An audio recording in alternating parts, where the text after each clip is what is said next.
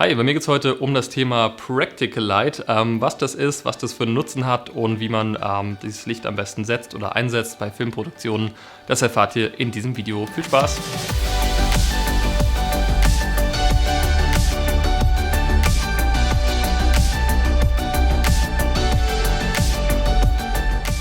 Ja, erstmal allgemein, was ist Practical Light? Practical Light ist das Licht, was nicht primär zur Beleuchtung von Videos benutzt wird, wie jetzt zum Beispiel diese Softbox vor mir, sondern es ist Licht, was in dem Sinne keine richtige Funktion hat, sondern einfach nur dafür sorgt, dass Szenen stimmungsvoller und schöner aussehen. Ganz klassisch sind zum Beispiel so Restaurantszenen in irgendwelchen Filmen, wo dann wirklich ganz viele solcher kleinen Lampen stehen. Die beleuchten selbst aktiv nicht den Schauspieler oder die Person im Video, sondern sorgen einfach nur für eine schöne Stimmung oder für einen schönen Look. Ich nutze Practical Light schon seit vielen Monaten oder vielen Jahren schon bei meinen YouTube-Videos. Es ist total simpel, man stellt einfach eine Lampe entweder links oder rechts oder auf beiden Seiten in den Hintergrund und fertig ist die schöne Szene für YouTube, sage ich mal. So eine kleine Schwierigkeit ist es dabei, den Weißabgleich richtig einzustellen, denn man hat in der Regel wärmeres Practical Light als jetzt die Softbox, die ja aus sehr kühlem Tageslicht besteht. Ich stelle den Weißabgleich immer auf die Softbox, die jetzt vor mir steht, ein. Also ich mache das Practical Light aus, während ich den Weißabgleich einstelle, mit so einer Graukarte zum Beispiel hier. Und dann, wenn der Weißabgleich fertig eingestellt ist, dann mache ich erst das Practical Light im Hintergrund an.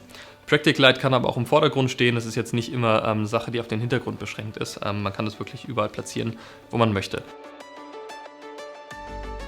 Was für Lichtquellen eignen sich jetzt für Practical Light? Eigentlich sind da der Fantasie keine Grenzen gesetzt. Man kann zum Beispiel Kerzen nehmen für irgendwelche romantischen Musikvideos, keine Ahnung. Man kann solche kleinen Lampen nehmen. Ich habe meine von Ikea, kein Product Placement oder so. Oder was ich jetzt auch neulich mal hatte, das haben einige gesehen, ist diesen Neonblitz. Da gibt es auch ganz viele verschiedene Neonlampen.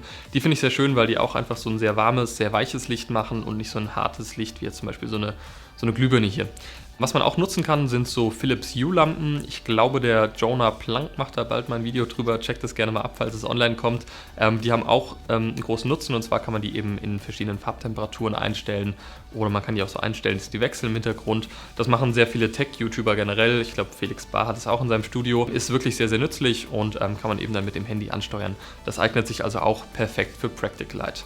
Was Beauty-YouTuber zum Beispiel sehr oft nutzen, sind solche Lichterketten. Sieht auch immer sehr schön aus, sieht halt so ein bisschen kitschig, verspielt aus, aber für Beauty-YouTuber ist es eben perfekt. Ja, das war's schon mit meinem Video zum Thema Practical Light, also achtet da in Zukunft vielleicht auch mal so ein bisschen drauf. Einfach irgendeine Lampe irgendwo hin platzieren, in den Hintergrund, wo sie gut sichtbar ist. Das macht wirklich sehr, sehr viel aus, ist nicht viel Arbeit, sieht sehr schön aus. Kann ich euch eben also nur empfehlen. Wie gesagt, denkt an den Weißabgleich, dass ihr das nicht eben auf das Mischlicht einstellt, sondern wirklich nur auf das primäre Licht, was vor euch steht. Und jetzt seid ihr dran, viel Spaß beim Ausprobieren und jetzt würde ich sagen, bis zum nächsten Video. Macht's gut, ciao.